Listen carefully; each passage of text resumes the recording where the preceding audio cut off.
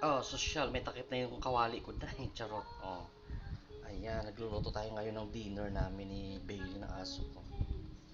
At ayan, chicken yan. Ilalagyan ko ng ganyan, mga ricado. Pati yung ano, yung joy na ilalagay ko yan, charot. Tapos, itong itlog na to, itlog ko, charot. Nag-crack siya dahil 5 piraso. Hindi ko, gigisa ko na lang siya mamaya. Dahil ko hugasin, oh. Oh, di ba? Yung aso ko talaga, alam niya pag nagvi-video ako, ano yan, ano yan, nagpapapansin din yan. Oo. Drumstick lang naman ito, pinapalambot natin. Oo. Di ba may takip na sosyalan to? Sosyal ako eh. Sorry. Ayan, luto na siya mama ang chicken.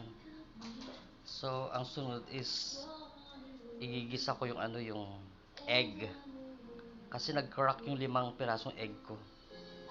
Ay, naku, buti pa yung egg nag-crack. Ako, hindi pa ako nagka-crack. Charot.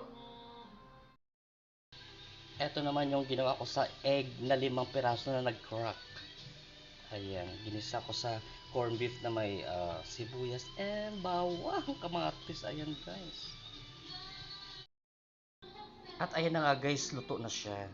Oo, corned beef na may egg and sibuyas, kamatis, bawang, at saka itong chicken. Dinner time. Yum, yum, yum.